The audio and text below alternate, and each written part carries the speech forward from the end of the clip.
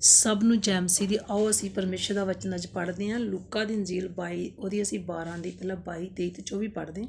ਕਹਿੰਦਾ ਉਸਨੇ ਆਪਣੇ ਚੇਲਿਆਂ ਨੂੰ ਆਖਿਆ ਕਿ ਮੈਂ ਇਸ ਕਾਰਨ ਤੁਹਾਨੂੰ ਆਖਦਾ ਕਿ ਜੋ ਪ੍ਰਾਣਾਂ ਦੇ ਲਈ ਚਿੰਤਾ ਨਾ ਕਰੋ, ਭਾਈ ਅਸੀਂ ਕੀ ਖਾਵਾਂਗੇ, ਨਾ ਆਪਣੇ ਸਰੀਰ ਦੇ ਲਈ ਭਾਈ ਕੀ ਪਹਿਨਾਂਗੇ, ਕਿਉਂਕਿ ਪ੍ਰਾਣ ਭੋਜਨ ਨਾਲੋਂ ਅਤੇ ਸਰੀਰ ਬਸਤਰ ਨਾਲੋਂ ਵਧੇਕ ਹੈ।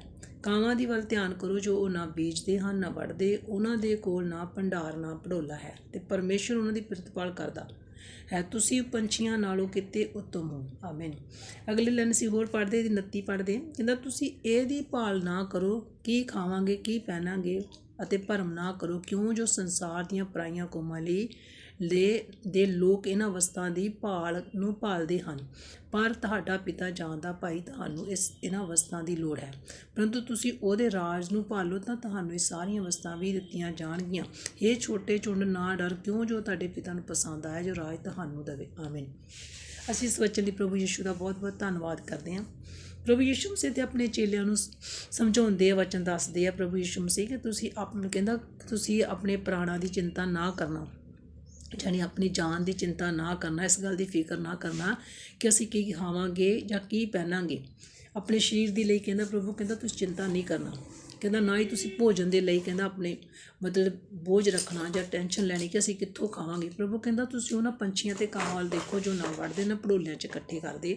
ਕਹਿੰਦਾ ਪਰਮੇਸ਼ਵਰ ਕਹਿੰਦਾ ਉਹਨਾਂ ਦੀ ਪ੍ਰਤਿਪਾਲ ਕਰਦਾ। ਅਸੀਂ ਦੇਖਦੇ ਸਾਰੇ ਕਿ ਪੰਛੀ ਜਿਹੜੇ ਆ, ਪਰਮੇਸ਼ਰ ਪੰਛੀਆਂ ਨੂੰ ਖਾਣਾ ਦਿੰਦਾ, ਨਾ ਉਹ ਵੱਢਦੇ ਨਾ ਭੜੋਲਿਆਂ 'ਚ ਇਕੱਠੇ ਕਰਦੇ, ਨਾ ਉਹਨਾਂ ਦੇ ਘਰ 'ਚ ਕੋਈ ਭੜੋਲੇ ਆ, ਨਾ ਉਹ ਇਕੱਠਾ ਕਰਦੇ ਆ, ਨਾ ਉਹ ਵੱਢਦੇ ਆ, ਨਾ ਉਹਨਾਂ ਦੇ ਹੱਥ ਆ, ਹੈ ਨਾ। ਇਨਸਾਨ ਹੈ ਜਿਹੜਾ, ਇਨਸਾਨ ਨੂੰ ਤਾਂ ਪਰਮੇਸ਼ਰ ਨੇ ਹੱਥ ਦਿੱਤੇ, ਇਨਸਾਨ ਤਾਂ ਆਪਣੇ ਹੱਥਾਂ ਨਾਲ ਕਮਾਈ ਕਰ ਸਕਦਾ, ਕਣਕ ਵੱਢ ਸਕਦਾ, ਝੋਨਾ ਵੱਢ ਸਕਦਾ, ਲੇਕਿਨ ਜਿਹੜਾ ਪੰਛੀ ਉਹ ਨਾ ਵੱਢਦੇ ਨਾ ਭੜੋਲਿਆਂ 'ਚ ਇਕੱਠੇ ਕਰਦੇ, ਤਾਂ ਪਰਮੇਸ਼ਰ ਉਹਨਾਂ ਦੀ ਪ੍ਰਤਿਪਾਲ ਵੀ ਕਰਦਾ, ਜਾਨੀ ਉਹ ਵੀ ਰੋਟੀ ਖਾ ਕੇ ਸੌਂਦੇ ਆ। ਉਹਨਾਂ ਨੂੰ ਪਰਮੇਸ਼ਰ ਨੇ ਆਲ੍ਹਣੇ ਦਿੱਤੇ ਹੋਏ ਆ ਰਹਿਣ ਵਾਸਤੇ, ਹੈ ਨਾ। ਅਤੇ ਅੱਗੇ ਪ੍ਰਭੂ ਉਹਨਾਂ ਨੂੰ ਕੀ ਕਹਿੰਦਾ ਕਿ ਤੁਸੀਂ ਇਹਨਾਂ ਚੀਜ਼ਾਂ ਦੀ ਭਾਲ ਨਾ ਕਰੋ ਕਿ ਅਸੀਂ ਕੀ ਖਾਵਾਂਗੇ ਜਾਂ ਕੀ ਪੀਵਾਂਗੇ। ਕਹਿੰਦਾ ਪਰ ਕਿਉਂਕਿ ਕਹਿੰਦਾ ਕਿਉਂ ਜੋ ਸੰਸਾਰ ਦੀਆਂ ਕੌਮਾਂ ਦੇ ਲੋਕ ਇਹਨਾਂ ਸਭਨਾਂ ਵਸਤਾਂ ਨੂੰ ਭਾਲਦੇ ਹਨ।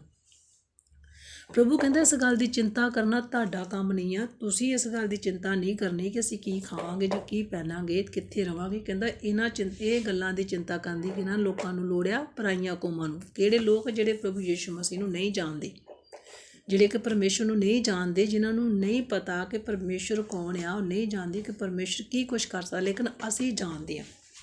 ਕਿਉਂ? ਕਿਹੜੀਆਂ ਇਹ ਗੱਲਾਂ ਕਿਹਨੂੰ ਪ੍ਰਭੂ ਨੇ ਕਹੀਆਂ? ਉਹਨਾਂ ਲੋਕਾਂ ਨੂੰ ਜਿਨ੍ਹਾਂ ਨੇ ਬਪਤਿਸਮਾ ਲੈ ਲਿਆ, ਜਿਨ੍ਹਾਂ ਨੇ ਆਪਣੇ ਗੁਨਾਹਾਂ ਨੂੰ ਛੱਡ ਦਿੱਤਾ, ਜਿਨ੍ਹਾਂ ਨੇ ਯਿਸੂ ਮਸੀਹ ਨੂੰ ਆਪਣਾ ਉਧਾਰਕਰਤਾ ਗ੍ਰਹਿਣ ਕਰ ਲਿਆ, ਜਿਹੜੇ ਯਿਸੂ ਮਸੀਹ ਦੇ ਨਾਂ 'ਤੇ ਬਪਤਿਸਮਾ ਲੈ ਚੁੱਕਿਆ, ਜਿਹੜੇ ਪਰਮੇਸ਼ਰ ਦੇ ਵਚਨ ਨੂੰ ਜਾਣ ਚੁੱਕਿਆ, ਜਿਹੜੇ ਜਾਣਦੇ ਆ ਕਿ ਯਿਸੂ ਮਸੀਹ ਮੁਕਤੀ ਦਾਤਾ, ਜਿਹੜੇ ਜਾਣਦੇ ਆ ਕਿ ਯਿਸੂ ਮਸੀਹ ਸਾਡੇ ਲਈ ਸੰਸਾਰ 'ਤੇ ਆਇਆ, ਸਾਡੇ ਲਈ ਉਹਨੇ ਆਪਣੀ ਜਾਨ ਦਿੱਤੀ। ਪ੍ਰਭੂ ਉਹਨਾਂ ਲੋਕਾਂ ਨੂੰ ਕਹਿ ਰਿਹਾ ਜਿਹੜੇ ਪ੍ਰਭੂ ਦੇ ਚੁਣੇ ਹੋਏ ਲੋਕ ਆ। ਇੱਥੇ ਪ੍ਰਭੂ ਆਪਣੇ ਚੇਲਿਆਂ ਨੂੰ ਕਹਿ ਰਹੇ ਆ, ਸਮਝਾ ਰਹੇ ਆ ਕਿ ਤੁਸੀਂ ਨਹੀਂ ਇਸ ਗੱਲ ਦੀ ਕਹਿੰਦਾ ਚਿੰਤਾ ਕਰਨੀ ਕਿ ਅਸੀਂ ਕੀ ਖਾਵਾਂਗੇ ਅਤੇ ਕੀ ਪਹਿਨਾਂਗੇ ਅਤੇ ਕਿੱਥੇ ਰਵਾਂਗੇ। ਕਹਿੰਦਾ ਕਿਉਂਕਿ ਤੁਸੀਂ ਦੇਖਦੇ ਆ ਪੰਛੀਆਂ ਵੱਲ ਕਿ ਪੰਛੀ ਜਿਹੜੇ ਆ ਨਾ ਉਹ ਵੱਢਦੇ ਅਤੇ ਨਾ ਭੜੋਲਿਆਂ 'ਚ ਇਕੱਠੇ ਕਰਦੇ ਆ, ਅਤੇ ਮੇਰਾ ਪਿਤਾ ਯਹੋਵਾ ਪਰਮੇਸ਼ਰ ਉਹਨਾਂ ਨੂੰ ਖਾਣ ਲਈ ਰੋਟੀ ਵੀ ਦਿੰਦਾ ਅਤੇ ਰਹਿਣ ਵਾਸਤੇ ਉਹਨਾਂ ਨੂੰ ਆਲ੍ਹਣੇ ਵੀ ਦਿੱਤੇ ਆ। ਕਹਿੰਦਾ ਤੁਸੀਂ ਪੰਛੀਆਂ ਨਾਲੋਂ ਕਿਤੇ ਉੱਤਮ ਹੋ। ਕਿਉਂ ਅਸੀਂ ਉੱਤਮ ਆ? ਕਿਉਂਕਿ ਯਿਸੂ ਮਸੀਹ ਨੇ ਸਾਡੇ ਲਈ ਆਪਣੀ ਜਾਨ ਦਿੱਤੀ ਆ। ਯਿਸੂ ਮਸੀਹ ਨੇ ਸਾਡੇ ਲਈ ਆਪਣੀ ਕੀਮਤ ਚੁਕਾਈ ਆ। ਅਸੀਂ ਉਹਦੇ ਖੂਨ ਦੇ ਖਰੀਦੇ ਹੋਏ ਆ। ਉਹਨੇ ਸਾਡੇ ਲਈ ਕੁਛ ਪੇ ਕੀਤਾ, ਸਾਡੇ ਲਈ ਉਹਨੇ ਕੀਮਤ ਚੁਕਾਈ, ਇਸ ਲਈ ਅਸੀਂ ਉਹਦੇ ਲਈ ਬਹੁਤ ਜ਼ਿਆਦਾ ਉੱਤਮ ਆ। ਉਹ ਜਾਣਦਾ, ਉਹਨੂੰ ਸਾਡੀ ਫਿਕਰ ਆ। ਅੱਗੇ ਕੀ ਕਹਿਣ ਦਿਆ ਪਰਮੇਸ਼ਰ ਦਾ ਵਚਨ? ਕਹਿੰਦਾ ਇਹ ਛੋਟੇ ਝੁੰਡ ਨਾ ਡਰ, ਕਿਉਂ ਜੋ ਪਿਤਾ ਨੂੰ ਪਸੰਦ ਆਏ ਰਾਜ ਤੁਹਾਨੂੰ ਦੇਵੇ। ਪ੍ਰਭੂ ਕਹਿੰਦਾ ਛੋਟਾ ਝੁੰਡ ਕਿਹਨਾਂ ਨੂੰ ਕਿਹਾ? ਜਿਹੜੇ ਮਸੀਹੀ ਲੋਕ ਆ, ਆਤਮਿਕ ਲੋਕ ਆ, ਜਿਹੜੇ ਉਹਦੇ ਨਾਲ ਉਹਦੀ ਰੂਹ ਅਤੇ ਸੱਚਾਈ ਨਾਲ ਬੰਦਗੀ ਕਰਦੇ ਆ, ਜਿਹੜੇ ਸਿਰਫ ਪਰਮੇਸ਼ਰ 'ਤੇ ਭਰੋਸਾ ਰੱਖਦੇ, ਜਿਹਨਾਂ ਦੀ ਆਸ ਹੀ ਯਹੋਵਾ ਪਰਮੇਸ਼ਰ 'ਤੇ, ਜਿਹੜੇ ਕਿ ਜੋ ਵੀ ਉਹਨਾਂ ਨੂੰ ਚੀਜ਼ ਦੀ ਲੋੜ ਹੁੰਦੀ ਆ ਉਹ ਪਰਮੇਸ਼ਰ 'ਤੇ ਆਸ ਰੱਖਦੇ ਕਿ ਮੇਰਾ ਪਰਮੇਸ਼ਰ ਹੀ ਮੇਰੇ ਲਈ ਸਭ ਕੁਛ ਕਰੂਗਾ। ਉਹਨਾਂ ਨੂੰ ਪ੍ਰਭੂ ਨੇ ਕੀ ਕਿਹਾ? ਕਹਿੰਦਾ ਇਹ ਛੋਟੇ ਝੁੰਡ ਨਾ ਡਰ। ਯਾਨੀ ਪ੍ਰਭੂ ਕਹਿੰਦਾ ਜੇ ਤੁਹਾਡੀ ਜ਼ਿੰਦਗੀ 'ਚ ਕੋਈ ਦੁੱਖ ਵੀ ਆ, ਮੁਸੀਬਤ ਵੀ ਆ, ਪਰੇਸ਼ਾਨੀ ਵੀ ਹੈ, ਜੇ ਤੁਹਾਨੂੰ ਗਰੀਬੀ ਦਾ ਸਾਹਮਣਾ ਕਰਨਾ ਪੈਂਦਾ, ਤਾਂ ਤੁਸੀਂ ਇਸ ਗੱਲ ਦੀ ਚਿੰਤਾ ਨਾ ਕਰੋ, ਤੁਸੀਂ ਡਰੋ ਨਾ। ਕਹਿੰਦਾ ਕਿਉਂਕਿ ਪਿਤਾ ਨੂੰ ਪਸੰਦ ਆ ਰਾਜ ਤੁਹਾਨੂੰ ਦੇਵੇ। ਕਹਿੰਦਾ ਕਿਉਂਕਿ ਤੁਹਾਡੇ ਨਾਮ ਜਿਹੜੇ ਜੀਵਨ ਦੀ ਪੋਥੀ ਵਿੱਚ ਲਿਖੇ ਹੋਇਆ। ਕਹਿੰਦਾ ਤੁਸੀਂ ਖਾਣੇ ਦੀ ਚਿੰਤਾ ਨਾ ਕਰੋ ਕਿ ਅਸੀਂ ਰੋਟੀ ਕਿੱਥੋਂ ਖਾਵਾਂਗੇ। ਕਹਿੰਦਾ ਇਸ ਗੱਲ ਦੀ ਚਿੰਤਾ ਨਾ ਕਰੋ ਕਿ ਅਸੀਂ ਕੱਪੜਾ ਕਿੱਥੋਂ ਲਵਾਂਗੇ ਆਪਣੇ ਸਰੀਰ ਨੂੰ ਪਾਉਣ ਲਈ। ਪ੍ਰਭੂ ਕਹਿੰਦਾ ਮੈਨੂੰ ਫਿਕਰ ਆ ਤੁਹਾਡੇ ਸਰੀਰ ਦਾ, ਕਿ ਮੈਂ ਤੁਹਾਡਾ ਸਰੀਰ ਵੀ ਢੱਕਣਾ ਆ, ਤੁਹਾਡੇ ਖਾਣ ਲਈ ਰੋਟੀ ਦਾ ਮੈਨੂੰ ਪਤਾ, ਮੈਨੂੰ ਫਿਕਰ ਹੈ, ਮੈਂ ਤੁਹਾਨੂੰ ਖਾਣਾ ਵੀ ਦੇਣਾ। ਬਸ ਕਹਿੰਦਾ ਤੁਸੀਂ ਇੰਨਾ ਹੀ ਕਹਿੰਦਾ ਫਿਕਰ ਕਰੋ, ਇੰਨਾ ਹੀ ਤੁਸੀਂ ਕੰਮ ਕਰੋ ਕਿ ਤੁਸੀਂ ਮੇਰੇ ਵਚਨ ਦੀ ਤਲਾਸ਼ ਕਰੋ, ਮੇਰੇ ਧਰਮ ਦੀ ਤਲਾਸ਼ ਕਰੋ, ਤਾਂ ਕਹਿੰਦਾ ਸਾਰੀਆਂ ਚੀਜ਼ਾਂ ਤੁਹਾਡੇ ਪਿੱਛੇ ਪੈ ਕੇ ਮਿਲਣਗੀਆਂ। ਅੱਗੇ ਕੀ ਲਿਖਦਾ, ਕਹਿੰਦਾ ਦੇਖ ਕਹਿੰਦਾ ਪੁਰਾਣੀਆਂ ਕੌਮਾਂ ਦੇ ਲੋਕ ਇਹਨਾਂ ਵਸਤਾਂ ਨੂੰ ਭਾਲਦੇ ਹਨ, ਪਰ ਤੁਹਾਡਾ ਪਿਤਾ ਜਾਣਦਾ ਭਾਈ ਤੁਹਾਨੂੰ ਇਹਨਾਂ ਵਸਤਾਂ ਦੀ ਲੋੜ ਹੈ, ਪਰੰਤੂ ਤੁਸੀਂ ਉਹਦੇ ਰਾਜ ਨੂੰ ਭਾਲੋ ਤਾਂ ਤੁਹਾਨੂੰ ਇਹ ਵਸਤਾਂ ਵੀ ਦਿੱਤੀਆਂ ਜਾਣਗੀਆਂ। ਹੁਣ ਤਾਂ ਯਿਸੂ ਮਸੀਹ ਕਹਿੰਦਾ ਤੁਸੀਂ ਸਿਰਫ ਕੀ ਕਰਨਾ, ਤੁਹਾਡਾ ਕੰਮ ਹੈ ਸਿਰਫ ਕੀ ਆ, ਪ੍ਰਾਰਥਨਾ ਕਰਨਾ, ਮੇਰੇ ਵਚਨ ਨੂੰ ਪੜ੍ਹਨਾ, ਮੇਰੇ ਵਚਨਾਂ 'ਤੇ ਚੱਲਣਾ, ਮੇਰੇ ਹੁਕਮਾਂ ਨੂੰ ਮੰਨਣਾ, ਮੇਰੀ ਆਗਿਆਵਾਂ ਨੂੰ ਮੰਨਣਾ। ਕਹਿੰਦਾ ਅਗਰ ਤੁਸੀਂ ਮੇਰੀ ਆਗਿਆਵਾਂ ਨੂੰ ਮੰਨੋਗੇ, ਮੇਰੇ ਵਚਨ 'ਤੇ ਚੱਲੋਗੇ, ਤਾਂ ਇਹ ਚੀਜ਼ਾਂ ਜਿਹੜੀਆਂ ਤੁਹਾਡੇ ਪਿੱਛੇ ਪੈ ਕੇ ਤੁਹਾਨੂੰ ਮਿਲਣਗੀਆਂ। ਹੁਣ ਜਦੋਂ ਅਸੀਂ ਵਿਵਸਥਾ 28 ਵਿੱਚ ਪੜ੍ਹਦੇ, ਉੱਥੇ ਪ੍ਰਭੂ ਦਾ ਵਚਨ ਕੀ ਕਹਿੰਦਾ, ਯਹੋਵਾ ਪਰਮੇਸ਼ਰ ਕਹਿੰਦਾ ਅਗਰ ਤੁਸੀਂ ਮੇਰੀ ਆਵਾਜ਼ ਨੂੰ ਮਨ ਲਾ ਕੇ ਸੁਣੋਗੇ, ਕਹਿੰਦਾ ਉਹ ਕੰਮ ਕਰੋ, ਮੇਰੀ ਆਗਿਆਵਾਂ ਨੂੰ ਮੰਨੋਗੇ, ਤਾਂ ਕਹਿੰਦਾ ਮੈਂ ਤੁਹਾਨੂੰ ਦੁਨੀਆ ਦੀਆਂ ਕੌਮਾਂ 'ਚ ਉੱਚਾ ਕਰੂੰਗਾ। ਕਹਿੰਦਾ ਵੀ ਮੈਂ ਤੁਹਾਨੂੰ ਸਾਰੀਆਂ ਬਰਕਤਾਂ ਦੂੰਗਾ, ਬਲਕਿ ਤੁਹਾਡੇ ਪਿੱਛੇ ਪੈ ਕੇ ਆਉਣਗੀਆਂ। ਜਾਨੀ ਪ੍ਰਭੂ ਦਾ ਵਾਅਦਾ ਉਹਨਾਂ ਲੋਕਾਂ ਲਈ ਜਿਹੜੇ ਕਿ ਪਰਮੇਸ਼ਰ ਦੇ ਵਚਨ 'ਤੇ ਚੱਲਦੇ, ਜਿਹੜੇ ਦਿਨ ਰਾਤ ਉਹਦੀ ਮਹਿਮਾ ਕਰਦੇ, ਜੋ ਪ੍ਰਾਰਥਨਾ ਕਰਨ ਵਾਲੇ, ਜੋ ਵਚਨ 'ਤੇ ਚੱਲਣ ਵਾਲੇ, ਜੋ ਪਵਿੱਤਰਤਾ ਵਿੱਚ ਚੱਲਦੇ, ਜੋ ਪਰਮੇਸ਼ਰ ਦੀਆਂ ਆਗਿਆਵਾਂ ਨੂੰ ਮੰਨਦੇ ਆ, ਉਹਨਾਂ ਨੂੰ ਇਸ ਗੱਲ ਦੀ ਚਿੰਤਾ ਕਰਨ ਦੀ ਲੋੜ ਨਹੀਂ ਕਿ ਅਸੀਂ ਕੀ ਖਾਵਾਂਗੇ ਜਾਂ ਕੀ ਪਹਿਨਾਂਗੇ ਜਾਂ ਕਿੱਥੇ ਰਵਾਂਗੇ, ਕਿਉਂਕਿ ਸਾਡੀ ਫਿਕਰ ਪਰਮੇਸ਼ਰ ਨੂੰ, ਉਹ ਸਾਡੀ ਫਿਕਰ ਕਰਦਾ। ਅੱਗੇ ਪ੍ਰਭੂ ਕੀ ਕਹਿੰਦਾ ਫਿਰ ਵਚਨ, ਫਿਰ ਉਹਨੂੰ ਪ੍ਰਭੂ ਕੀ ਆਪਣੇ ਚੇਲਾਂ ਨੂੰ ਸਿਖਾਉਂਦੇ। ਜਦੋਂ ਅਸੀਂ ਇਹਦੀ 35 ਪੜ੍ਹਦੇ ਤਾਂ ਕਹਿੰਦਾ ਪ੍ਰਭੂ ਕਹਿੰਦਾ ਤੁਹਾਡੇ ਲੱਕ ਬੰਨੇ ਅਤੇ ਦੀਵੇ ਬਲਦੇ ਰਹਿਣ, ਅਤੇ ਤੁਸੀਂ ਉਹਨਾਂ ਮਨੁੱਖਾਂ ਵਰਗੇ ਹੋ ਜਿਹੜੇ ਆਪਣੇ ਮਾਲਕ ਨੂੰ ਉਡੀਕਦੇ ਹਨ, ਭਾਈ ਉਹ ਵਿਆਹ ਤੋਂ ਕਦ ਮੁੜ ਆਵੇਗਾ, ਤਾਂ ਕਿ ਜਿਸ ਵੇਲੇ ਉਹ ਆਵੇ ਤਾਂ ਬੂਹਾ ਖੜਕਾਵੇ ਤਾਂ ਝੱਟ ਉਸ ਦੇ ਲਈ ਖੋਲ੍ਹਣ। ਹੁਣ ਇੱਥੇ ਪ੍ਰਭੂ ਦਾ ਵਚਨ ਕੀ ਕਹਿੰਦਾ, ਯਿਸੂ ਮਸੀਹ ਕਹਿੰਦੇ ਕਿ ਸਿਰਫ ਤੁਹਾਡੇ ਲੱਕ ਬੰਨੇ ਅਤੇ ਦੀਵੇ ਬਾਲਦੇ ਰਹਿਣ। ਜਾਣੀ ਤੁਹਾਡੇ ਲੱਕ ਕਿੱਦਾਂ ਬੰਨੇ ਰਹਿਣ, ਬੁੱਧੀ ਦੇ ਨਾਲ ਤੁਹਾਡੀ ਕਮਰ ਕਹਿੰਦਾ ਕੱਸੀ ਰਵੇ ਤੁਹਾਡੇ ਅੰਦਰ। ਪਰਮੇਸ਼ਰ ਕਹਿੰਦਾ ਮੇਰਾ ਵਚਨ ਹੋਣਾ ਚਾਹੀਦਾ, ਤੁਹਾਡੇ ਦੀਵੇ ਬਾਲਦੇ ਰਹਿਣ, ਜਾਣੀ ਆਤਮਾ ਜਿਹੜੀ ਆ ਤੁਹਾਡੇ ਅੰਦਰ ਮੇਰਾ ਪਵਿੱਤਰ ਆਤਮਾ ਹੋਣਾ ਚਾਹੀਦਾ, ਤੁਹਾਡੀ ਆਤਮਾ ਸਰਗਰਮ ਰਵੇ। ਹੁਣ ਸਾਡੀ ਆਤਮਾ ਕਿੱਦਾਂ ਸਰਗਰਮ ਰਹਿ ਸਕਦੀ, ਸਾਡੇ ਦੀਵੇ ਕਿੱਦਾਂ ਬਲ ਸਕਦੇ, ਜਦੋਂ ਅਸੀਂ ਹਰ ਰੋਜ਼ ਪ੍ਰਾਰਥਨਾ ਕਰਾਂਗੇ, ਹਰ ਰੋਜ਼ ਉਹਦਾ ਵਚਨ ਪੜ੍ਹਾਂਗੇ, ਹਰ ਵੇਲੇ ਉਹ ਤੋਂ ਡਰਦੇ ਅਤੇ ਕੰਮ 'ਤੇ ਰਵਾਂਗੇ, ਚੱਲਦੇ ਫਿਰਦੇ ਉਹਦੀ ਮਹਿਮਾ ਕਰਾਂਗੇ, ਜਿੱਥੇ ਵੀ ਜਾਵਾਂਗੇ ਉਹਦੇ ਵਚਨ ਦੀਆਂ ਗੱਲਾਂ ਕਰਾਂਗੇ, ਉਹਦੀਆਂ ਗਵਾਹੀਆਂ ਦੇਵਾਂਗੇ, ਹਰ ਵੇਲੇ ਉਹਦੇ ਵਚਨ 'ਤੇ ਮੰਨਣ ਕਰਾਂਗੇ, ਹਰ ਰੋਜ਼ ਉਹਦਾ ਵਚਨ ਪੜ੍ਹਾਂਗੇ, ਉਹਦੇ ਵਚਨ ਨੂੰ ਯਾਦ ਰੱਖਾਂਗੇ, ਉਹਦੀ ਕੁਰਬਾਨੀ ਨੂੰ ਯਾਦ ਕਰਾਂਗੇ। ਜਦੋਂ ਅਸੀਂ ਹਰ ਵੇਲੇ ਉਹਦੀ ਮਹਿਮਾ ਕਰਦੇ ਤਾਂ ਕੀ ਹੁੰਦਾ, ਜਿਹੜੇ ਸਾਡੇ ਆ ਲੱਕ ਬੰਨੇ, ਜਾਨੀ ਜਦੋਂ ਲੱਕ ਬੰਨਣ ਦਾ ਮਤਲਬ ਸੁਚੇਤ ਰਹਿਣਾ, ਜਾਨੀ ਪ੍ਰਭੂ ਦੇ ਵਚਨ 'ਚ ਖੜੇ ਰਹਿਣਾ। ਜਿੱਦਾਂ ਸਾਰੇ ਪ੍ਰਭੂ ਕਹਿੰਦੇ ਤੁਸੀਂ ਮੇਰੇ ਸਾਰੇ ਸ਼ਸਤਰ ਬਸਤਰ ਧਾਰ ਲਓ, ਜਾਨੀ ਕਿ ਜਦੋਂ ਅਸੀਂ ਜਿੱਦਾਂ ਇੱਕ ਯੋਧਾ ਲੜਾਈ ਵਿੱਚ ਜਾਂਦਾ ਤਾਂ ਸਾਰੇ ਆਪਣੇ ਹਥਿਆਰ ਨਾਲ ਲੈ ਕੇ ਜਾਂਦਾ, ਉਹਨੂੰ ਪਤਾ ਹੈ ਜੇ ਵੀ ਇੱਕ ਹਥਿਆਰ ਵੀ ਮੇਰਾ ਮਿਸ ਹੋ ਗਿਆ ਤਾਂ ਮੈਂ ਜੰਗ ਦੇ ਵਿੱਚ ਹਾਰ ਜਾਊਂਗਾ। ਇਸੇ ਤਰ੍ਹਾਂ ਅਸੀਂ ਸ਼ੈਤਾਨ ਦੇ ਨਾਲ ਲੜਨ ਲਈ, ਸਾਨੂੰ ਸ਼ੈਤਾਨ 'ਤੇ ਜਿੱਤ ਪਾਉਣ ਲਈ, ਉਸ ਸਵਰਗ ਵਿੱਚ ਜਾਣ ਵਾਸਤੇ ਸਾਨੂੰ ਸਾਰੇ ਸ਼ਸਤਰ ਬਸਤਰ ਜਿਹੜੀ ਸਾਰੇ ਉਹ ਆਤਮਿਕ ਹਥਿਆਰ ਲੈਣੇ ਪੈਣੇ ਆ। ਆਤਮਿਕ ਹਥਿਆਰ ਕਿਹੜੇ ਆ, ਪ੍ਰਾਰਥਨਾ ਕਰਨਾ, ਵਚਨ ਪੜ੍ਹਨਾ, ਵਚਨ 'ਤੇ ਚੱਲਣਾ, ਪਵਿੱਤਰਤਾ ਵਿੱਚ ਚੱਲਣਾ, ਆਪਣੇ ਸਰੀਰ ਦੀਆਂ ਅਭਿਲਾਸ਼ਾਂ ਨੂੰ ਮਾਰਨਾ। ਜੋ ਸਾਡਾ ਸਰੀਰ ਕਹਿੰਦਾ ਉਹ ਨਹੀਂ ਅਸੀਂ ਕਰਨਾ, ਜੋ ਸਾਨੂੰ ਆਤਮਾ ਕਹਿੰਦਾ ਅਸੀਂ ਉਹ ਕਰਨਾ। ਜਦੋਂ ਇਹ ਕੁਛ ਪ੍ਰਭੂ ਕਹਿੰਦਾ ਤੁਸੀਂ ਕਰਕੇ ਖੜੇ ਰਹੋਗੇ ਮੇਰੇ ਵਚਨ 'ਤੇ, ਤੁਹਾਡੇ ਲੱਕ ਬੰਨੇ ਅਤੇ ਦੀਵੇ ਬਲਦੇ ਰਹਿਣਗੇ, ਤਾਂ ਤੁਸੀਂ ਕਹਿੰਦਾ ਫਿਰ ਉਹਨਾਂ ਮਨੁੱਖਾਂ ਵਰਗੇ ਹੋਵੋਗੇ। ਜਿੱਦਾਂ ਕਹਿੰਦਾ ਇੱਕ ਮਾਲਕ ਜਦੋਂ ਵਿਆਹ 'ਤੇ ਜਾਂਦਾ ਅਤੇ ਆਪਣੇ ਨੌਕਰ ਨੂੰ ਘਰ ਛੱਡ ਕੇ ਜਾਂਦਾ, ਅਤੇ ਜਿਹੜਾ ਨੌਕਰ ਹੁੰਦਾ ਉਹ ਜਾਗਦਾ ਰਹਿੰਦਾ, ਉਹ ਦਰਵਾਜ਼ੇ ਦੇ ਕੋਲ ਬੈਠਾ ਰਹਿੰਦਾ। ਉਹਨੂੰ ਇਹ ਹੁੰਦਾ ਕਿ ਪਤਾ ਨਹੀਂ ਮੇਰੇ ਮਾਲਕ ਨੇ ਕਦੋਂ ਆਉਣਾ ਅਤੇ ਕਦੋਂ ਦਰਵਾਜ਼ਾ ਖੜਕਾ ਦੇਣਾ, ਅਗਰ ਮੈਂ ਸੌਂ ਗਿਆ ਤਾਂ ਮੇਰਾ ਮਾਲਕ ਮੈਨੂੰ ਜੋਬ ਤੋਂ ਕੱਢ ਦੂਗਾ, ਮੈਨੂੰ ਮਾਰੂਗਾ, ਕੁੱਟੂਗਾ। ਇਸੇ ਤਰ੍ਹਾਂ ਪਰਮੇਸ਼ਰ ਕਹਿੰਦਾ ਤੁਸੀਂ ਵੀ ਕਹਿੰਦਾ, ਕਿਉਂਕਿ ਯਹੋਵਾ ਪਰਮੇਸ਼ਰ ਸਾਡਾ ਮਾਲਕ ਆ, ਅਸੀਂ ਜਾਗਦੇ ਰਹਿਣਾ, ਪ੍ਰਾਰਥਨਾ ਕਰਦੇ ਰਹਿਣਾ। ਸਾਡੇ ਮਨ 'ਚ ਇਹ ਹੋਣਾ ਚਾਹੀਦਾ ਹਮੇਸ਼ਾ ਹੀ ਸੁਚੇਤ ਰਹਿਣਾ ਵੀ ਪਤਾ ਨਹੀਂ ਪ੍ਰਭੂ ਯਿਸੂ ਕਦੋਂ ਆ ਜਾਵੇ। ਹੁਣ 10 ਕੁਆਰੀਆਂ ਦੀ ਪ੍ਰਭੂ ਨੇ ਜਦੋਂ ਮਿਸਾਲ ਦਿੱਤੀ, ਉਹਨਾਂ 'ਚੋਂ 5 ਜਿਹੜੀਆਂ ਚਾਤਰ ਸੀ ਅਤੇ 5 ਜਿਹੜੀਆਂ ਮੂਰਖਣਾ ਸੀ। ਤੇਲ ਤਾਂ ਸਾਰੀਆਂ ਨੇ ਆਪਣੇ ਦੀਵਿਆਂ ਦੇ ਵਿੱਚ ਲੈ ਲਿਆ ਸੀ, ਮਸ਼ਾਲਾ ਸਾਰਿਆਂ ਦੀ ਜਗਦੀਆਂ ਸੀ, ਪਰ ਜਿਹੜੀਆਂ ਚਾਤਰ ਸੀ ਤਾਂ ਉਹਨਾਂ ਨੇ ਨਾਲ ਤੇਲ ਹੋਰ ਵੀ ਅਕਸਰ ਰੱਖ ਲਿਆ ਸੀ। ਉਹ ਜਾਣਦੀਆਂ ਸੀ ਅਗਰ ਲਾੜਾ ਜੇ ਆਉਣ ਵਿੱਚ ਦੇਰ ਕਰ ਦਿੱਤੀ, ਲੇਟ ਹੋ ਗਿਆ, ਤਾਂ ਜੇ ਸਾਡੀਆਂ ਮਸਾਲਾਂ ਬੁੱਝ ਗਈਆਂ ਤਾਂ ਅਸੀਂ ਫਟਾਫਟ ਆਪਣੇ ਤੇਲ ਲੈ ਕੇ ਜਿਹੜੇ ਸਾਡੇ ਖੁਲਸ ਦੇ ਵਿੱਚ ਪਾ ਲਾਂਗੇ। ਪਰ ਜਿਹੜੀਆਂ ਮੂਰਖ ਸੀ ਉਹਨਾਂ ਨੇ ਮਸ਼ਾਲਾਂ ਤਾਂ ਆਪਣੇ ਤੇਲ ਨਾਲ ਭਰ ਲਈਆਂ, ਪਰ ਜਿਹੜਾ ਐਕਸਟਰਾ ਤੇਲ ਨਹੀਂ ਸੀ ਲਿਆ। ਇਸੇ ਤਰ੍ਹਾਂ ਪਰਮੇਸ਼ਰ ਦਾ ਵਚਨ ਸਾਨੂੰ ਅੱਜ ਇਹੀ ਸਿਖਾਉਂਦਾ ਕਿ ਅਸੀਂ ਆਤਮਾ ਦੇ ਵਿੱਚ ਸਰਗਰਮ ਰਹਿਣਾ, ਉਹਦੇ ਵਚਨ 'ਚ ਖੜੇ ਰਹਿਣਾ, ਸੁਚੇਤ ਰਹਿਣਾ, ਸਾਡੇ ਲੱਕ ਬੰਨੇ ਹੋਣੇ ਚਾਹੀਦੇ। ਯਾਨੀ ਅਸੀਂ ਸ਼ੈਤਾਨ ਦਾ ਸਾਹਮਣਾ ਕਰਨ ਵਾਸਤੇ ਸਾਨੂੰ ਜਿਹੜੇ ਸਾਡੇ ਹਥਿਆਰ, ਸਾਡੇ ਕੋਲ ਆਤਮਿਕ ਹਥਿਆਰ ਦਾ ਹੋਣਾ ਬਹੁਤ ਜ਼ਰੂਰੀ ਆ। ਸਾਡੇ ਜਿਹੜਾ ਵਚਨ ਹਰ ਰੋਜ਼ ਵਚਨ ਪੜ੍ਹਨਾ, ਹਰ ਰੋਜ਼ ਪ੍ਰਾਰਥਨਾ ਕਰਨਾ, ਸਾਰਾ ਦਿਨ ਉਹਦੇ ਡਰ ਦੇ ਭੈ ਦੇ ਵਿੱਚ ਰਹਿਣਾ, ਪਾਪ ਨਹੀਂ ਕਰਨਾ, ਅਸੀਂ ਬੁਰੇ ਕੰਮਾਂ ਤੋਂ ਬਚੇ ਰਹਿਣਾ, ਕਿਸੇ ਦੀ ਚੁਗਲੀ ਨਹੀਂ ਕਰਨੀ, ਕਿਸੇ ਦੀ ਨਿੰਦਾ ਨਹੀਂ ਕਰਨੀ, ਕਿਸੇ ਦੀ ਬੁਰਾਈ ਨਹੀਂ ਕਰਨੀ, ਆਪਣੇ ਮਨ 'ਚ ਕਿਸੇ ਦੀ ਈਰਖਾ ਨਹੀਂ ਰੱਖਣੀ, ਆਪਣੇ ਮਨ ਨੂੰ ਕਲੀਨ ਰੱਖਣਾ, ਸਾਫ਼ ਰੱਖਣਾ।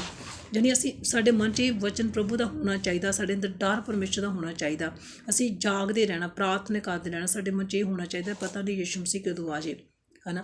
ਹੁਣ ਜਿਹੜੀਆਂ ਮੂਰਖਣਾ ਸੀ ਉਹਨਾਂ ਨੇ ਤੇਲ ਤਾਂ ਆਪਣੇ ਮਸ਼ਾਲਾਂ 'ਚ ਤੇਲ ਤਾਂ ਲੈ ਲਿਆ, ਪਰ ਉਹ ਇਹ ਨਹੀਂ ਸੀ ਜਾਣਦੀਆਂ ਕਿ ਜੇ ਲਾੜਾ ਨੂੰ ਦੇਰ ਲੱਗ ਗਈ ਤਾਂ ਸਾਡਾ ਤੇਲ ਖਤਮ ਹੋ ਗਿਆ ਤਾਂ ਫਿਰ ਅਸੀਂ ਕੀ ਕਰਾਂਗੇ। ਅਜਿਹੇ ਬਹੁਤ ਸਾਰੇ ਕਈ ਲੋਕ ਆ ਜਿਹੜੇ ਆਤਮਾ ਪਾਏ ਹੋਏ ਆ, ਵਚਨ ਨੂੰ ਜਾਣਦੇ ਵੀ ਆ, ਚਰਚ ਵੀ ਜਾਂਦੇ ਆ, ਪਰ ਲੇਕਿਨ ਉਹਨਾਂ ਦਾ ਜੀਵਨ ਜਿਹੜਾ ਸਹੀ ਨਹੀਂ ਆ। ਉਹਨਾਂ ਦੀ ਜ਼ਿੰਦਗੀ ਵਿੱਚ ਉਹ ਪਰਮੇਸ਼ਰ ਦੀ ਆਤਮਾ ਦੇ ਫਲ ਨਹੀਂ ਆ, ਉਹ ਪ੍ਰਭੂ ਦੇ ਵਿੱਚ ਪੂਰੀ ਤਰ੍ਹਾਂ ਚੱਲ ਨਹੀਂ ਰਹੇ। ਜਦੋਂ ਕਿਤੇ ਉਹਨਾਂ ਦੀ ਜ਼ਿੰਦਗੀ 'ਚ ਕੋਈ ਮੁਸੀਬਤ ਆਉਂਦੀ ਤਾਂ ਪ੍ਰਾਰਥਨਾ ਕਰਨੀ ਛੱਡ ਦਿੰਦੇ ਆ, ਵਚਨ ਪੜ੍ਹਨਾ ਛੱਡਦੇ। ਪਰ ਅਸੀਂ ਇੱਦਾਂ ਨਹੀਂ ਕਰਨਾ। ਸਾਡੀ ਜ਼ਿੰਦਗੀ 'ਚ ਚਾਹੇ ਦੁੱਖ ਹੋਣ, ਚਾਹੇ ਮੁਸੀਬਤ ਹੋਣ, ਫਿਰ ਵੀ ਅਸੀਂ ਉਹਦੇ ਵਚਨ 'ਚ ਖੜ੍ਹੇ ਰਹਿਣਾ। ਹੁਣ ਅੱਗੇ ਦੇਖਦੇ ਅਸੀਂ ਕਿਹੜਾ ਵਚਨ ਹੋਰ ਪੜ੍ਹਦੇ ਹਾਂ। ਇੱਥੇ ਪਰਮੇਸ਼ਰ ਦੇ ਯਿਸੂ ਮਸੀਹ ਅੱਗੇ ਜਾ ਕੇ ਇਹਨਾਂ 'ਤੇ ਕੀ ਦੱਸਦੇ ਆ। ਕਹਿੰਦੇ ਇੱਥੋਂ ਪੜ੍ਹਦੇ ਆਪਾਂ, ਉਹਦੀ ਪੜ੍ਹ ਲੈਂਦੇ ਅਸੀਂ 54 ਤੋਂ ਪੜ੍ਹਦੇ ਹਾਂ। ਕਹਿੰਦਾ ਫਿਰ ਉਸਨੇ ਭੀੜ ਨੂੰ ਵੀ ਕਹਾ ਕਿ ਜਦ ਲਹਿੰਦੇ ਪਾਸੇ ਬੱਦਲ ਉੱਡਦਾ ਵੇਖਦੇ ਹੋ ਤੁਸੀਂ ਝੱਟ ਆਖਦੇ ਹੋ ਕਿ ਮੀਂਹ ਆਉਂਦਾ ਹੈ, ਉਸੇ ਤਰ੍ਹਾਂ ਕਹਿੰਦਾ ਹੁੰਦਾ ਹੈ। ਪਰ ਅਤੇ ਕਹਿੰਦਾ ਜਦ ਦੱਖਣ ਦੀ ਹਵਾ ਵਗਦੀ ਤਾਂ ਤਦ ਤੁਸੀਂ ਆਖਦੇ ਹੋ ਕਿ ਭਾਈ ਗਰਮੀ ਹੋਵੇਗੀ, ਤਾਂ ਹੁੰਦੀ ਹੈ। ਹੇ ਕਪਟੀਓ, ਕਹਿੰਦਾ ਧਰਤੀ ਅਤੇ ਆਕਾਸ਼ ਦੇ ਤੋਰ ਭੋਰ ਦੀ ਜਾਂਚ ਕਰਨੀ ਤੁਹਾਨੂੰ ਆਉਂਦੀ ਹੈ, ਪਰ ਇਸ ਸਮੇਂ ਦੀ ਜਾਂਚ ਕਰਨੀ ਤੁਹਾਨੂੰ ਕਿਉਂ ਨਹੀਂ ਆਉਂਦੀ। ਤੁਸੀਂ ਆਪੇ ਉਹੀ ਉਸ ਨੂੰ ਜੋ ਠੀਕ ਹੈ ਕਿਉਂ ਨਹੀਂ ਵਿਚਾਰ ਕਰਦੇ। ਜਦ ਤੂੰ ਆਪਣੀ ਮਦਈ ਦੇ ਨਾਲ ਹਾਕਮ ਦੇ ਸਾਹਮਣੇ ਜਾਂਦਾ ਤਾਂ ਰਸਤੇ ਵਿੱਚ ਉਸ ਤੋਂ ਛੁੱਟਣ ਦਾ ਯਤਨ ਕਰ, ਮਤੇ ਉਹ ਤੈਨੂੰ ਹਾਕਮ ਦੇ ਕੋਲ ਖਿੱਚ ਖੜੇ ਅਤੇ ਹਾਕਮ ਤੈਨੂੰ ਦਰੋਗੇ ਦੇ ਹਵਾਲੇ ਕਰੇ ਅਤੇ ਦਰੋਗਾ ਤੈਨੂੰ ਕੈਦ ਵਿੱਚ ਪਾਵੇ। ਮੈਂ ਤੈਨੂੰ ਆਖਦਾ ਕਿ ਭਾਈ ਤੂੰ ਉੱਥੇ ਕਿਸੇ ਬਿਧ ਨਾ ਛੁੱਟੇਗਾ ਜਿੰਨਾ ਚਿਰ ਤੂੰ ਕੋਡੀ ਨਾ ਭਰ ਦੇਵੇਗਾ। ਆਮੀਨ। ਹੁਣ ਇੱਥੇ ਦੇਖਦੇ ਪ੍ਰਭੂ ਯਿਸੂ ਮਸੀਹ ਕੀ ਕਹਿ ਰਹੇ। ਜਦੋਂ ਅਸੀਂ ਮੱਤੀ ਦੀ ਇੰਜੀਲ 24 ਪੜ੍ਹਦੇ ਉਹਦੇ ਵਿੱਚ ਸਾਰਾ ਹੀ ਚੈਪਟਰ ਪੜ੍ਹੋਗੇ ਤਾਂ ਯਿਸੂ ਮਸੀਹ ਸਾਰੇ ਦੱਸਦੇ ਆ ਕਿ ਅੰਤ ਦੇ ਦਿਨਾਂ ਦੇ ਵਿੱਚ ਕੀ ਹੋਊਗਾ। ਇੱਥੇ ਯਿਸੂ ਮਸੀਹ ਇਹੀ ਦਿਖਾਉਂਦੇ ਆਪਣੇ ਚੇਲਿਆਂ ਨੂੰ, ਕਹਿੰਦਾ ਤੁਸੀਂ ਜਦੋਂ ਬੱਦਲ ਦਾ ਤੁਸੀਂ ਮੌਸਮ ਦੇ ਅਨੁਸਾਰ ਕਹਿੰਦਾ ਜਦੋਂ ਵੈਦਰ ਦੇਖਦੇ ਆ ਬਦਲ ਦਾ, ਤੁਸੀਂ ਹਿਸਾਬ ਲਾ ਲੈਂਦੇ ਕਿ ਹੁਣ ਆਹ ਹੋਣ ਵਾਲਾ, ਗਰਮੀ ਆਉਣ ਵਾਲੀ ਆ, ਜਾਂ ਮੀਂਹ ਪੈਣ ਵਾਲਾ ਆ, ਬਾਰਿਸ਼ ਹੋਵੇਗੀ। ਕਹਿੰਦਾ ਤੁਹਾਨੂੰ ਇਹ ਸਾਰੀਆਂ ਚੀਜ਼ਾਂ ਦਾ ਕਹਿੰਦਾ ਤੁਸੀਂ ਹਿਸਾਬ ਲਾ ਲੈਂਦੇ ਆ। ਤੁਹਾਡਾ ਇੰਨਾ ਕਹਿੰਦਾ ਤੁਸੀਂ ਤੁਸੀਂ ਆਪਣੇ ਦਿਮਾਗ ਨੂੰ ਮਤਲਬ ਤੁਹਾਡੇ ਇੰਨੀ ਤੁਸੀਂ ਆਪਣੇ 'ਚ ਬੁੱਧੀ ਰੱਖਦੇ ਆ ਕਿ ਹੁਣ ਇੱਦਾਂ ਹੋ ਤਾਂ ਉੱਦਾਂ ਹੀ ਹੁੰਦੀ ਆ। ਅਤੇ ਪ੍ਰਭੂ ਕਹਿੰਦਾ ਇਹ ਵੀ ਗੱਲ ਯਾਦ ਰੱਖਣਾ ਜਦੋਂ ਕਹਿੰਦਾ ਤੁਸੀਂ ਇਹ ਸਾਰੀਆਂ ਚੀਜ਼ਾਂ ਧਰਤੀ 'ਤੇ ਹੁੰਦੀਆਂ ਦੇਖੋਗੇ। ਜਿੱਦਾਂ ਅਸੀਂ ਮੱਤੀ ਦੀ ਇੰਜੀਲ 24 ਪੜ੍ਹਦੇ 'ਚ ਲਿਖਿਆ ਕਿ ਆਖਰੀ ਦਿਨਾਂ 'ਚ ਪਿਆਰ ਠੰਡਾ ਪੈ ਜਾਊਗਾ, ਧੂਮ 'ਤੇ ਚੜ੍ਹਾਈ ਕਰੂਗੀ, ਪਾਪ ਵੱਧ ਜੂਗਾ, ਹੈ ਨਾ। ਜਿੱਦਾਂ ਇਹ ਸਾਰੀਆਂ ਚੀਜ਼ਾਂ ਹੁਣ ਹੋ ਰਹੀਆਂ। ਪ੍ਰਭੂ ਕਹਿੰਦਾ ਜੇ ਤੁਸੀਂ ਇਹ ਸਾਰਾ ਕੁਝ ਹੁੰਦਾ ਦੇਖ ਲਓ ਅਤੇ ਸਮਝ ਲਓ ਕਿ ਸਵਰਗ ਦਾ ਰਾਜ ਨਜ਼ਦੀਕ, ਯਾਨੀ ਕਿ ਯਿਸੂ ਮਸੀਹ ਦਾ ਆਉਣਾ ਕਹਿੰਦਾ ਬਹੁਤ ਨਜ਼ਦੀਕ ਆ। ਅੱਗੇ ਕੀ ਹੁੰਦਾ, ਪ੍ਰਭੂ ਕਹਿੰਦਾ ਜਦ ਤੂੰ ਆਪਣੀ ਮਦਈ ਦੇ ਨਾਲ ਹਾਕਮ ਦੇ ਸਾਹਮਣੇ ਜਾਂਦਾ ਤਾਂ ਰਸਤੇ ਵਿੱਚ ਉਸ ਤੋਂ ਛੁੱਟਣ ਦਾ ਯਤਨ ਕਰ, ਮਤੇ ਕਹਿੰਦਾ ਉਹ ਤੈਨੂੰ ਹਾਕਮ ਦੇ ਕੋਲ ਖਿੱਚ ਖੜੇ ਅਤੇ ਹਾਕਮ ਤੈਨੂੰ ਦਰੋਗੇ ਦੇ ਹਵਾਲੇ ਕਰੇ ਅਤੇ ਦਰੋਗਾ ਕਹਿੰਦਾ ਤੈਨੂੰ ਕੈਦ ਵਿੱਚ ਪਾਵੇ। ਤਾਂ ਮੈਂ ਕਹਿੰਦਾ ਤੈਨੂੰ ਆਖਦਾ ਕਿ ਭਾਈ ਤੂੰ ਉੱਥੇ ਕਿਸੇ ਬਿਧ ਨਾ ਛੁੱਟੇਗਾ ਜਿੰਨਾ ਚਿਰ ਤੂੰ ਕੋਡੀ ਨਾ ਭਰ ਦੇਵੇਂਗਾ। ਹੁਣ ਇੱਥੇ ਪ੍ਰਭੂ ਦਾ ਵਚਨ ਕੀ ਕਹਿੰਦਾ, ਕਹਿੰਦਾ ਤੂੰ ਮਦਈ ਦੇ ਨਾਲ, ਮਦਈ ਦਾ ਮਤਲਬ ਕਹਿੰਦਾ ਕਿ ਜਿੱਦਾਂ ਪ੍ਰਭੂ ਨੇ ਇੱਥੇ ਮਿਸਾਲ ਦਿੱਤੀ ਕਿ ਕਹਿੰਦਾ ਇੱਕ ਜਿੱਦਾਂ ਬੰਦਾ ਗੁਨਾਹਗਾਰ ਬੰਦਾ ਹੁੰਦਾ, ਜੇ ਕਿਸੇ ਨੇ ਕਤਲ ਕੀਤਾ ਆ ਜਾਂ ਕਿਸੇ ਨੇ ਕੋਈ ਚੋਰੀ ਕੀਤੀ ਆ ਕਿਸੇ ਮਾਲਕ ਦੇ ਤੋਂ, ਜਦੋਂ ਮਾਲਕ ਉਹਦੇ 'ਤੇ ਕੇਸ ਕਰ ਦਿੰਦਾ ਤਾਂ ਕਹਿੰਦਾ ਉਹ ਬੰਦਾ ਜਿਹੜਾ ਮਦਈ ਜਿਹੜਾ ਉਹਦਾ ਗੁਨੇਗਾਰ ਹੁੰਦਾ ਕਿ ਕਹਿੰਦਾ ਉਹਨੂੰ ਕਹਿੰਦਾ ਰਸਤੇ 'ਚ ਜਿੱਦਾਂ ਕਹਿੰਦਾ ਰਸਤੇ ਦੇ ਵਿੱਚ ਉਹਨਾਂ ਸੁਲ੍ਹਾ ਕਰਨ ਦੀ ਕੋਸ਼ਿਸ਼ ਕਰਦਾ, ਉਹਨੂੰ ਪੈਸੇ ਦਿੰਦਾ ਹੈ ਵੀ ਕਿਸੇ ਤਰ੍ਹਾਂ ਮੇਰਾ ਜਿਹੜਾ ਕੇਸ ਆ ਉਹ ਮਤਲਬ ਆਪਣਾ ਵਾਪਸ ਲੈ ਲੈਣ, ਪੈਸੇ ਭਰ ਦਿੰਦਾ ਤਾਂ ਕਿ ਮੈਨੂੰ ਜੇਲ੍ਹ ਵਿੱਚ ਨਾ ਲਿਜਾਇਆ ਜਾਏ। ਇਸੇ ਤਰ੍ਹਾਂ ਪਰਮੇਸ਼ਰ ਕਹਿੰਦਾ ਤੁਹਾਡੇ ਨਾਲ ਵੀ ਇੱਦਾਂ ਹੀ ਹੋਊਗੀ। ਕਹਿੰਦਾ ਜਦ ਤੱਕ ਤੂੰ ਮਦਈ ਦੇ ਨਾਲ ਹਾਕਮ ਦੇ ਸਾਹਮਣੇ ਜਾਂਦਾ ਤਾਂ ਰਸਤੇ ਵਿੱਚ ਹੀ ਉਹਦਾ ਛੁੱਟਣ ਦਾ ਯਤਨ ਕਰ। ਜਾਣੀ ਪ੍ਰਭੂ ਕਹਿੰਦਾ ਹਜੇ ਤੇ ਤੋਂ ਸਮਾਂ ਪਰਮੇਸ਼ਰ ਕਹਿੰਦਾ ਕਿ ਤੂੰ ਹਜੇ ਆਪਣੇ ਗੁਨਾਹਾਂ ਤੋਂ ਤੋਬਾ ਕਰ ਸਕਦਾ। ਜੇ ਤੂੰ ਆਪਣੇ ਗੁਨਾਹਾਂ ਤੋਂ ਤੋਬਾ ਕਰੇ, ਆਪਣੇ ਗੁਨਾਹਾਂ ਨੂੰ ਛੱਡੇ, ਮੇਰੇ ਕੋਲ ਮੁੜ ਕੇ ਆਵੇਂ ਤਾਂ ਕਹਿੰਦਾ ਮੈਂ ਤੈਨੂੰ ਮਾਫ਼ ਕਰ ਦੂੰਗਾ। ਅਗਰ ਕਹਿੰਦਾ ਅੱਜ ਤੂੰ ਆਪਣੇ ਗੁਨਾਹਾਂ ਤੋਂ ਤੋਬਾ ਨਹੀਂ ਕਰਦੇ ਤਾਂ ਕਿਉਂਕਿ ਜਿਹੜਾ ਸਮਾਂ ਆ ਪ੍ਰਭੂ ਯਿਸੂ ਮਸੀਹ ਕਹਿੰਦਾ ਮੇਰੇ ਜਿਹੜਾ ਆਉਂਦੇ ਸਮੇਂ ਜੋ ਨਿਸ਼ਾਨ ਹੋਣਗੇ ਉਸ ਵੇਲੇ ਤਾਂ ਸਮਝ ਲਓ ਕਿ ਮੇਰਾ ਆਉਣਾ ਬਹੁਤ ਨਜ਼ਦੀਕ ਆ। ਪਰ ਉਸ ਸਮੇਂ ਵਿੱਚ ਵੀ ਤੁਸੀਂ ਕਹਿੰਦਾ ਜੋ ਆਪਣੇ ਗੁਨਾਹਾਂ ਤੋਂ ਤੋਬਾ ਨਹੀਂ ਕਰੋਗੇ, ਆਪਣੇ ਗੁਨਾਹਾਂ ਨੂੰ ਨਹੀਂ ਛੱਡੋਗੇ, ਫਿਰ ਜਿੱਦਾਂ ਕਹਿੰਦਾ ਫਿਰ ਉਸ ਬੰਦੇ ਨੂੰ ਦਰੋਗੇ ਦੇ ਹਵਾਲੇ ਕਹਿੰਦਾ ਕੀਤਾ ਜਾਂਦਾ ਤਾਂ ਉਸ ਚੋਰ ਨੂੰ ਫਿਰ ਜਦੋਂ ਦਰੋਗੇ ਦੇ ਹਵਾਲੇ ਤਾਂ ਦਰੋਗਾ ਕਹਿੰਦਾ ਉਹਨੂੰ ਜੇਲ੍ਹ 'ਚ ਪਾ ਦਿੰਦਾ। ਜਦੋਂ ਉਹਨੂੰ ਜੇਲ੍ਹ 'ਚ ਸਟੈਂਦਾ ਤਾਂ ਫਿਰ ਕਹਿੰਦਾ ਉਹਨੂੰ ਕੋਡੀ ਭਰਨਾ ਪੈਂਦਾ, ਯਾਨੀ ਕਿ ਉਹਨੂੰ 6 ਮਹੀਨੇ ਦੀ ਸਜ਼ਾ ਹੋ ਜਾਂਦੀ ਆ, ਸਾਲ ਦੀ ਸਜ਼ਾ ਹੁੰਦੀ ਆ। ਕਈਆਂ ਦਾ ਜ਼ਿਆਦਾ ਗੁਨਾਹ ਹੁੰਦਾ, ਕਈਆਂ ਨੂੰ 20 ਸਾਲ ਦੀ ਸਜ਼ਾ ਹੋ ਜਾਂਦੀ, ਕਈਆਂ ਨੂੰ ਉਮਰ ਕੈਦ ਦੀ ਸਜ਼ਾ। ਇੱਦਾਂ ਹੀ ਕਹਿੰਦਾ ਪਰਮੇਸ਼ਰ ਕਹਿੰਦਾ ਉਹਨਾਂ ਲੋਕਾਂ ਨਾਲ ਵੀ ਹੋਊਗੇ ਜਿਹੜੇ ਕਿ ਉਹ ਅੰਤ ਦੇ ਦਿਨਾਂ ਦੇ ਵਿੱਚ ਪਰਮੇਸ਼ਰ ਕਹਿੰਦਾ ਮੇਰੇ ਵੱਲ ਨਹੀਂ ਮੁੜਨਗੇ, ਆਪਣੇ ਗੁਨਾਹਾਂ ਨੂੰ ਨਹੀਂ ਛੱਡਣਗੇ। ਯਾਨੀ ਕਿ ਪਰਮੇਸ਼ਰ ਨੇ ਯਿਸੂ ਮਸੀਹ ਨੇ ਤਾਂ ਸਾਰਾ ਕੁਝ ਸਮਝਾ ਦਿੱਤਾ ਕਿ ਤੁਸੀਂ ਇਸ ਗੱਲ ਦੀ ਚਿੰਤਾ ਨਹੀਂ ਕਰਨੀ ਕਿ ਮੈਂ ਅਸੀਂ ਕੀ ਖਾਵਾਂਗੇ, ਕੀ ਪਹਿਨਾਂਗੇ ਜਾਂ ਕਿੱਥੇ ਰਵਾਂਗੇ। ਪ੍ਰਭੂ ਕਹਿੰਦਾ ਬਸ ਤੁਸੀਂ ਇਸ ਗੱਲ ਦੀ ਚਿੰਤਾ ਕਰਨੀ ਕਿ ਅਸੀਂ ਸਵਰਗ 'ਚ ਕਿੱਦਾਂ ਜਾ ਸਕਦੇ ਹਾਂ, ਅਸੀਂ ਕਿੱਦਾਂ ਸਵਰਗ ਵਿੱਚ ਪਹੁੰਚ ਸਕਦੇ ਹਾਂ। ਪ੍ਰਭੂ ਕਹਿੰਦਾ ਤੁਸੀਂ ਸਿਰਫ ਮੇਰੇ ਵਚਨ ਦੀ ਤਲਾਸ਼ ਕਰਨੀ, ਮੇਰੇ ਵਚਨਾਂ 'ਤੇ ਚੱਲਣਾ, ਮੇਰੀ ਆਗਿਆਵਾਂ ਨੂੰ ਮੰਨਣਾ ਅਤੇ ਸਾਰੀਆਂ ਚੀਜ਼ਾਂ ਕਹਿੰਦਾ ਤੁਹਾਡੇ ਪਿੱਛੇ ਪੈ ਕੇ ਮਿਲਣੀਆਂ। ਮੇਰੇ ਭੈਣ ਭਰਾ ਜਦੋਂ ਅਸੀਂ ਪ੍ਰਭੂ ਦੇ ਵਚਨਾਂ ਨੂੰ ਮੰਨਦੇ ਹਾਂ, ਉਹਦੇ ਹੁਕਮਾਂ 'ਤੇ ਚੱਲਦੇ ਹਾਂ, ਉਹਦੀ ਮਰਜ਼ੀ ਨੂੰ ਪੂਰਾ ਕਰਦੇ ਤਾਂ ਉਹ ਸਾਡੀ ਫਿਕਰ ਕਰਦਾ, ਉਹਨੂੰ ਸਾਡੀ ਫਿਕਰ ਹੁੰਦੀ ਆ। ਇੱਕ ਬਾਪ ਆ, ਇੱਕ ਬੱਚਾ ਜਦੋਂ ਆਪਣੇ ਮਾਂ-ਬਾਪ ਦਾ ਕਹਿਣੇ ਕਾਰ 'ਚ ਹੁੰਦਾ, ਆਪਣੇ ਮਾਂ-ਬਾਪ ਨੂੰ ਖੁਸ਼ ਕਰਦਾ, ਤੇ ਉਸ ਮਾਂ-ਬਾਪ ਦਾ ਆਪਣੇ ਆਪ ਹੀ ਜੀਅ ਕਰਦਾ ਆਪਣੇ ਬੱਚੇ ਨੂੰ ਸਭ ਕੁਝ ਲੈ ਕੇ ਦੇਣ ਦਾ। ਉਹ ਬੱਚੇ ਨੂੰ ਕਹਿਣ ਦੀ ਲੋੜ ਨਹੀਂ ਪੈਂਦੀ, ਉਹਦੇ ਮਾਂ-ਬਾਪ ਖੁਸ਼ ਹੁੰਦੇ ਕਿ ਮੇਰਾ ਬੱਚਾ ਜਿਹੜਾ ਬਹੁਤ ਗੁੱਡ ਬੱਚਾ ਆ, ਮੇਰੇ ਕਹਿਣੇ ਕਾਰ 'ਚ ਆ, ਮੇਰੀ ਆਗਿਆਵਾਂ ਨੂੰ ਮੰਨਦਾ, ਤੇ ਉਹਦਾ ਜੀਅ ਕਰਦਾ ਕਿ ਮੈਂ ਆਪਣੇ ਬੱਚੇ ਨੂੰ ਕੁਛ ਸਪੈਸ਼ਲ, ਕੁਛ ਮਤਲਬ ਵਧੀਆ ਲੈ ਕੇ ਜਾਵਾਂ। ਕੋਈ ਜੋ ਕ੍ਰਿਸਮਸ ਆ ਗਿਆ ਜਾਂ ਕੋਈ ਵੀ ਇੱਦਾਂ ਦਾ ਸਮਾਂ ਆਉਂਦਾ ਤਾਂ ਅਸੀਂ ਆਪਣੇ ਬੱਚੇ ਨੂੰ ਵਧੀਆ ਗਿਫਟ ਲੈ ਕੇ ਦਿੰਦੇ, ਕਿਉਂਕਿ ਸਾਡੇ ਮਨ ਵਿੱਚ ਉਹਦੇ ਲਈ ਹੁੰਦਾ ਕਿ ਮੇਰਾ ਬੱਚਾ ਬਹੁਤ ਗੁੱਡ ਬੱਚਾ, ਪੜ੍ਹਾਈ 'ਚ ਅੱਛਾ ਹੈ, ਮੇਰੇ ਕਹਿਣੇ ਕਾਰ ਵਿੱਚ ਆ। ਤੇ ਇਸੇ ਤਰ੍ਹਾਂ ਯਿਸੂ ਮਸੀਹ ਵੀ ਆ, ਜਦੋਂ ਅਸੀਂ ਉਹਦੇ ਕਹਿਣੇ ਕਾਰ 'ਚ ਹੁੰਦੇ ਹਾਂ, ਉਹਦੀਆਂ ਆਗਿਆਵਾਂ ਨੂੰ ਮੰਨਦੇ ਹਾਂ, ਉਹਦੇ ਵਚਨਾਂ ਦੇ ਅਨੁਸਾਰ ਚੱਲਦੇ ਹਾਂ, ਅਤੇ ਫਿਰ ਸਾਨੂੰ ਮੰਗਣ ਦੀ ਜ਼ਰੂਰਤ ਨਹੀਂ ਪੈਂਦੀ ਪਰਮੇਸ਼ਰ ਦੇ ਕੋਲੋਂ, ਪ੍ਰਭੂ ਸਾਨੂੰ ਆਹ ਦੇ। ਫਿਰ ਸਾਨੂੰ ਰੋਣ ਦੀ ਲੋੜ ਨਹੀਂ ਪੈਂਦੀ ਕਿ ਪਰਮੇਸ਼ਰ ਸਾਡੇ ਤੋਂ ਆਹ ਹੈ ਨਹੀਂ, ਕਿਉਂਕਿ ਉਹ ਕਹਿੰਦਾ ਮੇਰੇ ਵਚਨ ਦੀ ਤਲਾਸ਼ ਕਰੋ, ਮੇਰੇ ਵਚਨਾਂ 'ਤੇ ਚੱਲੋ। ਕਹਿੰਦਾ ਮੇਰੇ ਹੁਕਮਾਂ ਦੇ ਜੇ ਤੁਸੀਂ ਮੰਨੋਗੇ, ਮੇਰੀ ਆਗਿਆਵਾਂ ਨੂੰ ਮੰਨੋਗੇ, ਤਾਂ ਪਰਮੇਸ਼ਰ ਕਹਿੰਦਾ ਚੀਜ਼ਾਂ ਤੁਹਾਡੇ ਪਿੱਛੇ ਪੈ ਕੇ ਮਿਲ ਜਾਣੀ। ਪਰਮੇਸ਼ਰ ਕਹਿੰਦਾ ਮੈਂ ਤੁਹਾਡੇ ਮੰਗਣ ਤੋਂ ਪਹਿਲਾਂ ਹੀ ਸਭ ਕੁਝ ਦੇ ਦੂੰਗਾ।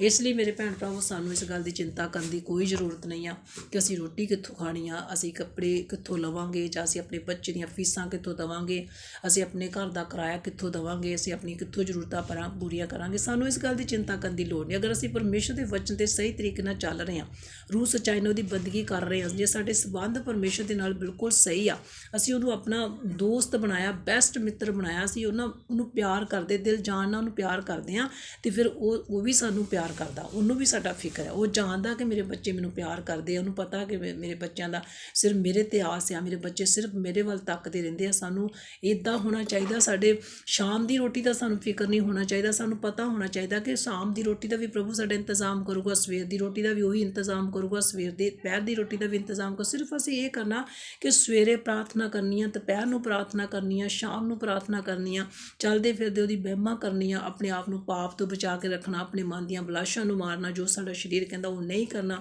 ਜੋ ਉਹਦਾ ਵਚਨ ਕਹਿੰਦਾ ਅਸੀਂ ਉਸ ਅਨੁਸਾਰ ਚੱਲਣਾ। ਜਦੋਂ ਅਸੀਂ ਉਹਦੇ ਵਚਨਾਂ ਦੇ ਅਨੁਸਾਰ ਚੱਲਾਂਗੇ, ਉਹਦੀਆਂ ਆਗਿਆਵਾਂ ਨੂੰ ਮੰਨਾਂਗੇ, ਤਾਂ ਪਰਮੇਸ਼ਰ ਸਾਨੂੰ ਸਭ ਕੁਝ ਦੇਊਗਾ। ਫਿਰ ਸਾਨੂੰ ਕਿਸੇ ਵੀ ਚੀਜ਼ ਦੀ ਉਹ ਕਮੀ ਨਹੀਂ ਆਉਣ ਦੇਊਗਾ। ਪਰਮੇਸ਼ਰ ਕਹਿੰਦਾ 91 ਜ਼ਬੂਰ 'ਚੋਂ ਕਹਿੰਦਾ 14 ਜਦੋਂ ਪੜ੍ਹਦੇ, ਕਹਿੰਦਾ ਤੂੰ ਮੈਨੂੰ ਪਿਆਰ ਕੀਤਾ, ਤੂੰ ਮੈਨੂੰ ਜਾਣ ਲਿਆ, ਤੂੰ ਮੇਰੇ ਵਚਨਾਂ 'ਤੇ ਚੱਲਦਾ, ਤੂੰ ਮੇਰੇ ਹੁਕਮਾਂ 'ਤੇ ਮੰਨਦਾ। ਇਸ ਲਈ ਪ੍ਰਭੂ ਕਹਿੰਦਾ ਮੈਂ ਤੈਨੂੰ ਛਡਾਊਂਗਾ, ਮੈਂ ਤੈਨੂੰ ਉੱਚਾ ਵੀ ਕਰੂੰਗਾ, ਤੈਨੂੰ ਚੰਗਾ ਵੀ ਕਰੂੰਗਾ, ਤੈਨੂੰ ਛਡਾਊਂਗਾ।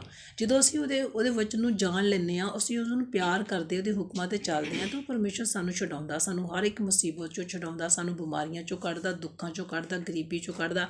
ਔਰ ਜਿਹੜਾ ਸਮਾਂ ਉਹਨੇ ਸਾਡੇ ਲਈ ਜਿੱਦਾਂ ਉਹਨੂੰ ਸਾਡੀ ਲਾਈਫ ਚੰਗਾ ਲੱਗਦਾ, ਅਸੀਂ ਉਹਨੂੰ ਕਰਨ ਦਿਓ। ਉਹ ਸਾਡੀ ਜ਼ਿੰਦਗੀ 'ਚ ਜੋ ਵੀ ਕਰਦਾ ਸਾਡੇ ਭਲੇ ਲਈ ਕਰਦਾ, ਕਿਉਂਕਿ ਉਸ ਵਚਨ 'ਚ ਲਿਖਿਆ ਸਾਰੀਆਂ ਚੀਜ਼ਾਂ ਮਿਲ ਕੇ ਸਾਡੀ ਭਲਾਈ ਨੂੰ ਪੈਦਾ ਕਰਦੀਆਂ, ਕਿਉਂਕਿ ਸਾਡਾ ਬਾਪ ਹੈ, ਉਹਨੂੰ ਸਾਡਾ ਫਿਕਰ। ਜੇ ਅਸੀਂ ਉਹਨੂੰ ਆਪਣਾ ਬਾਪ ਬਣਾਇਆ, ਜੇ ਅਸੀਂ ਆਪਣਾ ਉਹਦੇ 'ਤੇ ਸਾਰੀ ਆਪਣੀ ਚਿੰਤਾ ਸੁੱਟ ਦਿੱਤੀ ਆ, ਅਸੀਂ ਜਾਣਦੇ ਹਾਂ ਕਿ ਉਹ ਪਰਮੇਸ਼ਵਰ ਆ, ਉਹ ਮਾਲਕ ਆ, ਉਹ ਸਭ ਕੁਝ ਕਰਨ ਦੀ ਸਾਮਰਥ ਰੱਖਦਾ, ਉਹ ਜਿੰਦਾ ਜੀਵਤ ਪਰਮੇਸ਼ਵਰ ਆ। ਤਾਂ ਫਿਰ ਸਾਨੂੰ ਇਸ ਗੱਲ ਦੀ ਚਿੰਤਾ ਵੀ ਕਰਨ ਦੀ ਕੋਈ ਲੋੜ ਨਹੀਂ ਕਿ ਅਸੀਂ ਕਿੱਥੋਂ ਖਾਵਾਂਗੇ, ਕੀ ਪੀਵਾਂਗੇ ਜਾਂ ਕੀ ਪਹਿਨਾਂਗੇ। ਸਾਨੂੰ ਇਸ ਗੱਲ ਦੀ ਕੋਈ ਜ਼ਰੂਰਤ ਨਹੀਂ ਟੈਨਸ਼ਨ ਲੈਣ ਦੀ। ਅਸੀਂ ਸਿਰਫ ਉਹਨਾਂ ਪੰਛੀਆਂ ਵੱਲ ਦੇਖ ਕੇ ਪ੍ਰਭੂ ਦਾ ਧੰਨਵਾਦ ਕਰਨਾ ਕਿ ਜਿਹੜਾ ਪਰਮੇਸ਼ਵਰ ਉਹਨਾਂ ਪੰਛੀਆਂ ਕਾਵਾਂ ਨੂੰ ਰੋਟੀ ਦਿੰਦਾ, ਉਹਨੂੰ ਰਹਿਣ ਲਈ ਆਲ੍ਹਣੇ ਦਿੱਤੇ। ਅਸੀਂ ਵੀ ਮਤਲਬ ਕਿਰਾਇਆ 'ਤੇ ਰਹਿੰਦੇ ਹਾਂ, ਲੇਕਿਨ ਪ੍ਰਭੂ ਨੇ ਉਹਨਾਂ ਨੂੰ ਆਪਣੇ ਆਲ੍ਹਣੇ ਦਿੱਤੇ ਆ। ਜੇ ਪ੍ਰਭੂ ਉਹਨਾਂ ਪੰਛੀਆਂ ਕਾਵਾਂ ਨੂੰ ਆਲ੍ਹਣੇ ਦੇ ਸਕਦਾ, ਤਾਂ ਜਿਹੜੇ ਅਸੀਂ ਰੈਂਟ 'ਤੇ ਰਹਿ ਰਹੇ, ਪ੍ਰਭੂ ਸਾਨੂੰ ਕਿਉਂ ਨਾ ਆਪਣਾ ਘਰ ਬਣਾ ਕੇ ਦੇਊਗਾ। ਉਹ ਸਾਡੇ ਲਈ ਸਾਰਾ ਕੁਝ ਮੁਹੱਈਆ ਕਰ ਸਕਦਾ। ਸਿਰਫ ਅਸੀਂ ਲੋੜ ਹੈ ਸਾਨੂੰ ਪਰਮੇਸ਼ਰ ਦੇ ਵਚਨਾਂ 'ਤੇ ਚੱਲਣ ਦੀ, ਉਹਦੇ ਹੁਕਮਾਂ ਅਤੇ ਆਗਿਆਵਾਂ ਨੂੰ ਮੰਨਣ ਦੀ। ਪਰਮੇਸ਼ਰ ਇਸ ਵਚਨ 'ਤੇ ਸੁਣੇ ਜਾਣ 'ਤੇ ਸਭ ਨੂੰ ਆਸ਼ੀਸ਼ ਅਤੇ ਬਰਕਤ ਦੇਵੇ। ਆਮੀਨ।